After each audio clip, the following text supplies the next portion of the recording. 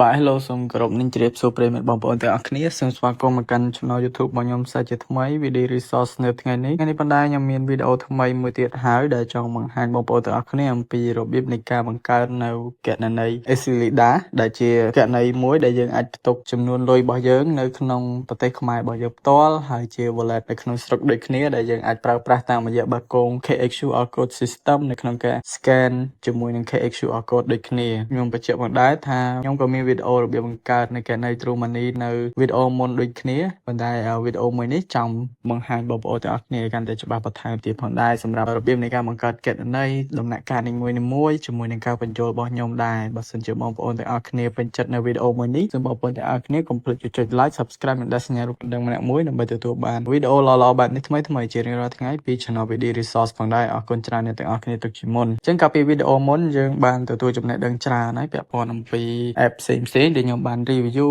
ណែនាំទៅកាន់បងប្អូនទាំងអស់គ្នាសង្ឃឹមថាពេញចិត្តហើយនៅក្នុងវីដេអូមួយនេះគឺទាមទាររយៈពេលរៀងយូរដែរខ្ញុំអត់បានចេញវីដេអូមកជាច្រើនថ្ងៃហើយសម្រាប់បងប្អូនទាំងអស់គ្នាហើយក៏ yes នឹកបងប្អូនទាំងអស់គ្នាដូចគ្នាដែរសម្រាប់បងប្អូនដែលជាអ្នកទស្សនានៅក្នុង channel YouTube របស់ខ្ញុំ Video Resource ផ្ទាល់អញ្ចឹងណាសង្ឃឹមថាបើសិនទាំងអស់គ្នាសុខសប្បាយអាច comment ជាមួយនឹង admin លេងជាមួយនឹងសំណួរផ្សេងៗអំពីការបង្កើត Esilida បន្តិចទៀតក៏បានដែរបើសិនជាចម្ងល់ពាក់ព័ន្ធអំពី Esilida អីហ្នឹងអូខេអញ្ចឹងកុំឲ្យខាត់ពេលយូរនាំថាបងប្អូនទាំងអស់គ្នាពិបាកឬក៏ចំណាយពេលស្ដាប់នោះទេហើយយើងចូលមកកាន់វីដេអូរបស់យើងវិញ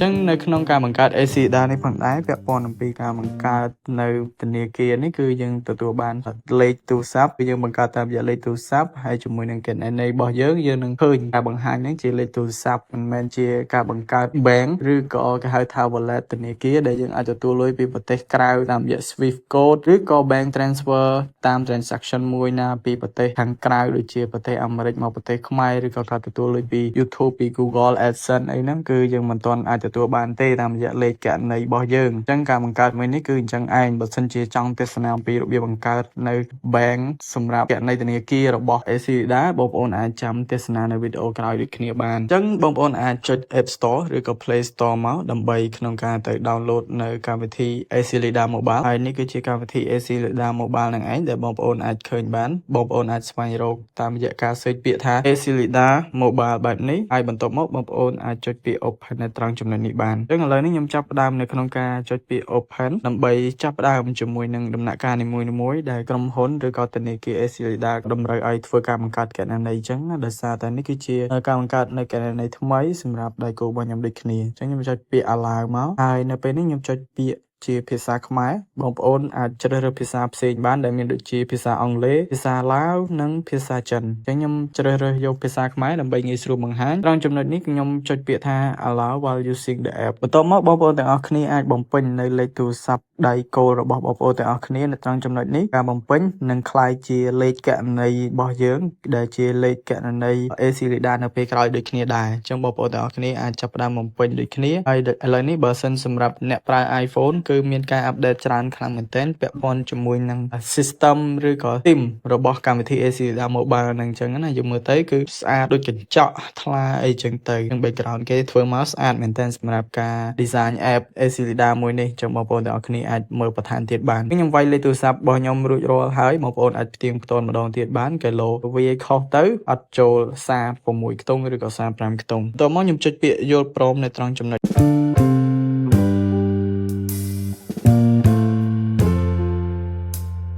នេះគឺជាលក្ខខណ្ឌផ្សេងៗដែលបងប្អូនអាចចំណាយពេលអាននៅពេលក្រោយក៏បានឬក៏អូសដូចខ្ញុំបែបនេះក៏បានដែរនៅពេលដែលចង់បង្កើតជាមួយនឹងការស្នើសុំបង្កើតគណនីមួយអញ្ចឹងណានេះគឺជាការណែនាំផ្សេងៗដែលមានច្រើនចំណុចបងប្អូនអាចអូសវាមួយបែបនេះធ្វើបែបនេះដូចខ្ញុំក៏បានដែរនៅក្នុងការបង្កើតជាមួយនឹងគណនីទាំងអស់ហ្នឹងហើយក៏សូមបញ្ជាក់ថាមុននឹងទៅដល់ចំណុចបន្តទៀតបងប្អូនទាំងអស់គ្នាចាំបាច់ត្រូវមានអត្តសញ្ញាណប័ណ្ណនៅក្នុងដៃផ្ទាល់ខ្លួនមួយហើយជាពិសេសលេខទូរស័ព្ទដែលបងប្អូនបំពេញហ្នឹងគឺជាលេខទូរស័ព្ទដែលប្រើប្រាស់នៅក្នុងទូរស័ព្ទដែលយើងកំពុងតែប្រើដូចខ្ញុំអញ្ចឹងកំពុងតែ record អញ្ចឹងគឺកំពុងតែប្រើនៅក្នុងទូរស័ព្ទដៃរបស់យើងផ្ទាល់ ទើបយើងអាចទទួលលេខកូដបានហើយប្រើប្រាស់ log in log out ប្រើប្រាស់នៅពេលក្រោយនៅពេលដែលផ្លាស់ប្ដូរទូរស័ព្ទអីបានអញ្ចឹងណានេះគឺជាអ្វីដែលបងប្អូនគួរតែដឹងអញ្ចឹងសូមត្រៀមនៅអត្តសញ្ញាណប័ណ្ណសញ្ជាតិខ្មែរមួយដើម្បីធ្វើការផ្ទៀងផ្ទាត់នៅជំហានឬក៏ដំណាក់កាលផ្សេងទៀតនៅពេលដែលខ្ញុំបានអូសមកដល់ក្រោមហើយខ្ញុំចុចពាក្យថាយល់ព្រមត្រង់ចំណុចនេះហើយនឹងមានពាក្យថាកំពុងធ្វើប្រតិបត្តិការអញ្ចឹងបងប្អូនទាំងអស់គ្នានឹង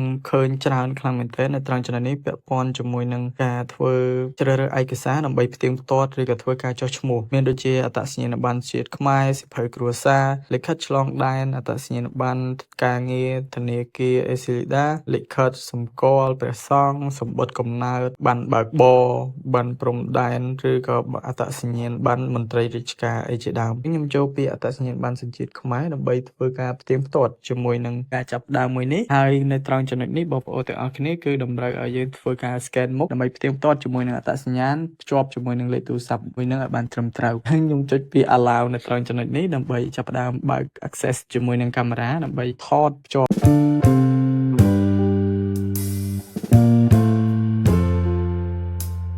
បងប្អូនទាំងអស់គ្នាបន្ទាប់ពីបើកមកគឺយើង allow access ជាមួយនឹងកាមេរ៉ារបស់យើងហើយអញ្ចឹងយើងធ្វើតាមដំណាក់កាលនីមួយៗនៃការព្រិចឬក៏បើកបិទតាមអ្វីដែលអក្សរនៅខាងលើអេក្រង់ហ្នឹងបញ្ជាឲ្យយើងអញ្ចឹងណាយើងភាគច្រើនគេអត់ឲ្យមានការពាក់វ៉ែនតាការ scan ជាមួយការពាក់ម៉ាស់ឬក៏ពាក់មួកអីទេគឺត្រូវការអត្តសញ្ញាណពិតចឹងយើងចុចពាក្យថាយល់ព្រមនៅត្រង់ចំណុចនេះដើម្បីបន្តដំណាក់កាលបន្តទៀតដូចគ្នាឥឡូវនេះគេដាក់ថាដាក់ផ្នែកមុខនៃឯកសារចុះឈ្មោះនៅក្នុងស៊ុំឯកសាររបស់ខ្ញុំគឺខ្ញុំមានហើយគឺអត្តសញ្ញាណប័ណ្ណសញ្ជាតិខ្មែរដែលខ្ញុំបានជ្រើសរើសកាលពីដំណាក់កាល2ដំណាក់កាលមុនហ្នឹងអញ្ចឹងខ្ញុំគ្រាន់តែដាក់ឲ្យត្រូវទៅហើយ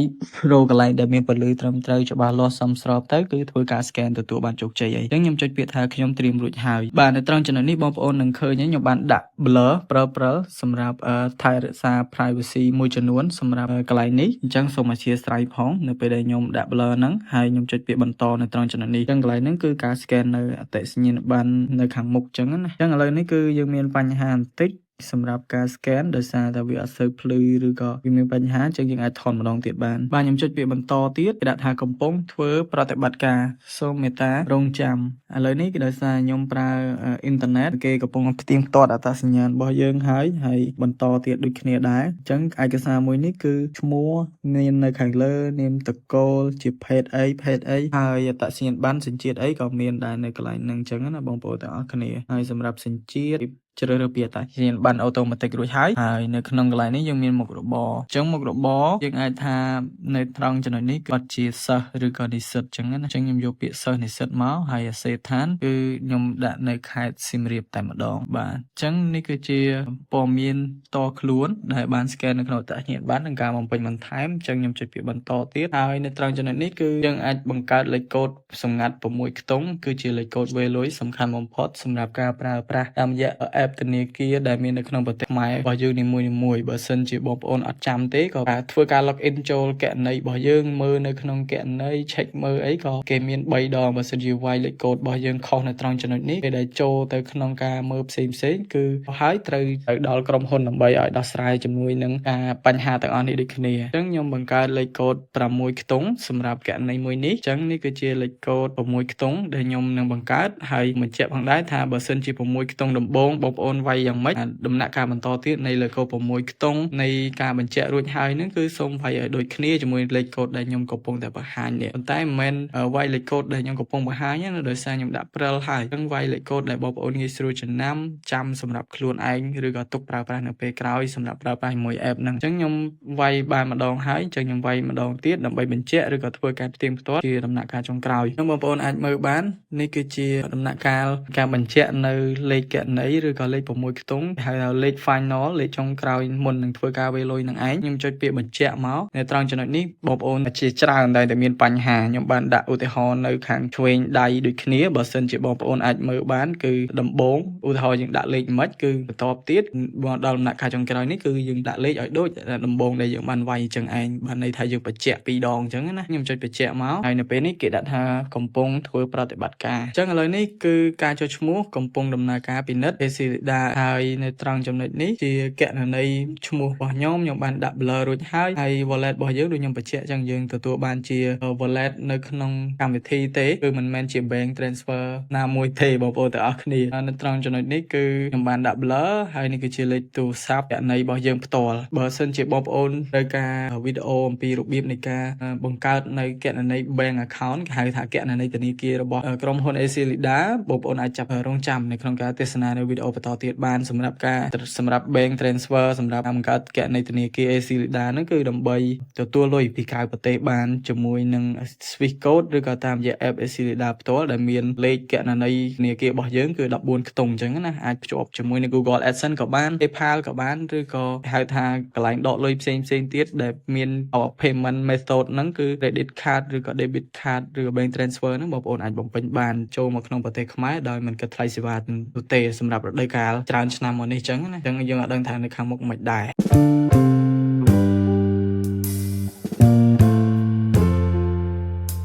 ចឹងនៅត្រង់ចំណុចនេះខ្ញុំចុចពាក្យថាអ្នកណែនាំហើយ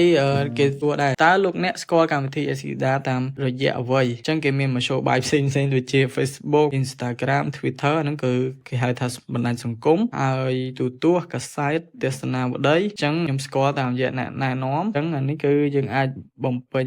លេខទូរស័ព្ទអ្នកណែនាំឬក៏លេខកូដអ្នកណែនាំបានខ្ញុំសាកបំពេញលេខកូដណែនាំនេះមួយបើសិនជាចូលគឺបានន័យថាយើងទទួលបានការជោគជ័យតាមរយៈការវាយលេខកូដអ្នកណែនាំ6ខ្ទង់ហើយប៉ុន្តែបើសិនវាអត់ចូលទេបានន័យថាលេខទូរស័ព្ទដែលបានណែនាំអីចឹងណាអញ្ចឹងខ្ញុំសាកវាយសូមរងចាំបន្តិចបាទឥឡូវនេះគឺខ្ញុំទទួលបានហើយធនាគារ AC Lida គឺជាធនាគាររបស់ខ្មែរអញ្ចឹងយើងជ្រើសរើសភាសាមកនៅពេលនេះយើងវាយលេខទូរស័ព្ទរបស់យើងដើម្បីចាប់ផ្ដើម log in ជាមួយនឹងគណនីរបស់យើងអញ្ចឹងនៅត្រង់ចំណុចនេះគឺបងប្អូនទាំងអស់គ្នាបានដឹង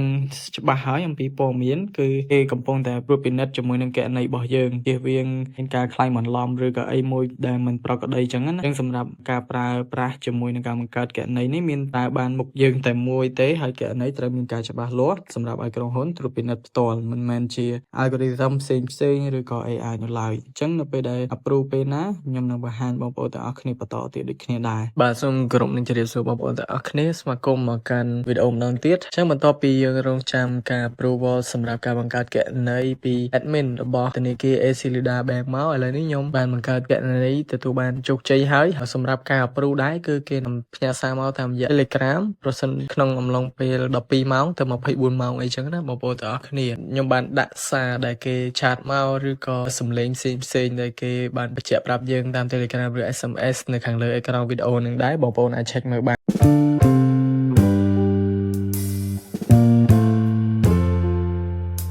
អញ្ចឹងនេះគឺជាសារហើយសម្រាប់ការ log in ចូលគណនីបងប្អូនអាចចាប់ដើមជាមួយនឹង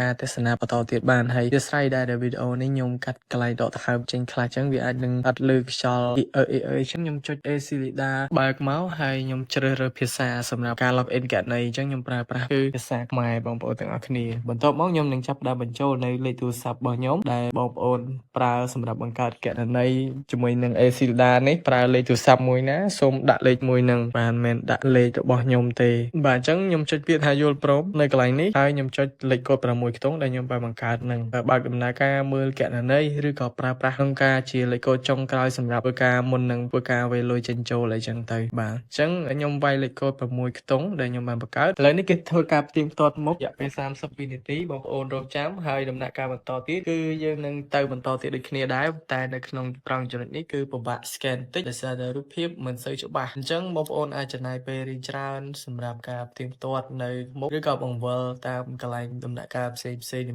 មួយហើយឥឡូវនេះក្រុមហ៊ុនគឺទទួលបានហើយយើងអាចធ្វើការ log in ចូលទៅកាន់គណនីរបស់យើងបានយ៉ាងមានភាពងាយស្រួលតែម្ដងនេះគឺជាគណនី AC Lida Mobile របស់ខ្ញុំនេះគឺជា account ដែលយើងបង្កើតជាមួយនឹងលេខទូរស័ព្ទហើយក៏បញ្ជាក់ដែរដូចខ្ញុំបញ្ជាក់ពីដើមវីដេអូអញ្ចឹងថាយើងអាចប្រើ account ដែលបញ្ជាក់ជាមួយនឹងលេខទូរស័ព្ទឬក៏បង្កើតមួយលេខទូរស័ព្ទហ្នឹងទ ទទួលលុយពី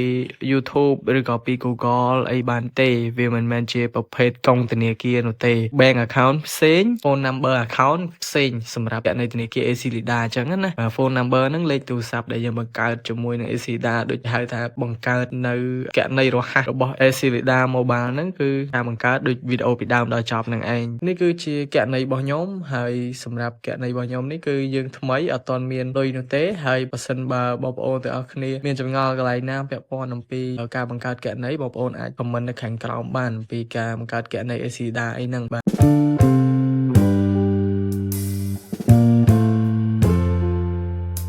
ហើយមួយទៀតខ្ញុំនៅវីដេអូក្រោយខ្ញុំក៏មានព័ត៌មានសម្រាប់បងប្អូនដែរថាខ្ញុំនឹងបង្កើតកុងគណនីធនាគារដើម្បីទុកដកលុយសម្រាប់ការទទួលលុយពីធនាគារក្រៅប្រទេសដូចជាក្រុមហ៊ុនផ្សេងដូចជា Google YouTube បាទ Google AdSense ហ្នឹងឯងហើយពីខាង TikTok ដែលផ្ញើពី PayPal ចូលមកកាន់ Bank Transfer directly ពីប្រទេសផ្សេងមកចូលនៅក្នុងគណនី ACLIDA Mobile ដោយមិនមានកាត់ថ្លៃសេវានៅឡើយបងប្អូនទាំងអស់គ្នាពី online អញ្ចឹងណាអញ្ចឹងវាងាយស្រួលខ្លាំងមែនទែននៅទូរស័ព្ទ ACLIDA សម្រាប់ការបង្កើតគណនី Bank account របស់ ACLIDA គឺខ្ញុំនឹងបង្ហាញនៅវីដេអូក្រោយបន្តទៀតហើយសម្រាប់វីដេអូមួយនេះខ្ញុំគិតថាប៉ុណ្ណឹងបងប្អូនទាំងអស់គ្នាបានស្គាល់បានដឹងនិងស្វែងយល់អំពីរបៀបនៃការបង្កើតគណនីរួចហើយមុខងារអីហ្នឹងគឺបងប្អូនអាចចុចមើលបានអញ្ចឹងណាជាភាសាខ្មែរស្រួលមើលនោះទេអញ្ចឹងវីដេអូរបស់ខ្ញុំស្ដីអំពីរបៀបនៃការបង្កើតគណនី ACLIDA Mobile សម្រាប់ឆ្នាំ2026នេះហើយពាក់ព័ន្ធអំពីការបញ្យល់ផ្សេងគឺមានតែប៉ុណ្្នឹងឯងអរគុណបងប្អូនទាំងអស់គ្នាខ្លាំងមែនទែនសម្រាប់ការទស្សនានៅវីដេអូមួយនេះតាំងពីដើមរហូតដល់ចប់ដូច្នេះសូមកុំភ្លេចចុច like subscribe និងសញ្ញារូបកណ្ដឹងម្នាក់មួយដើម្បីទទួលបានវីដេអូល្អៗបែបនេះថ្មីជារៀងរាល់ថ្ងៃពី Channel Video Resource ផងដែរអរគុណច្រើនអ្នកទាំងអស់គ្នាជួបគ្នាបន្តទៀតនៅវីដេអូក្រោយតាមពេលវេលានិងម៉ោងដដែល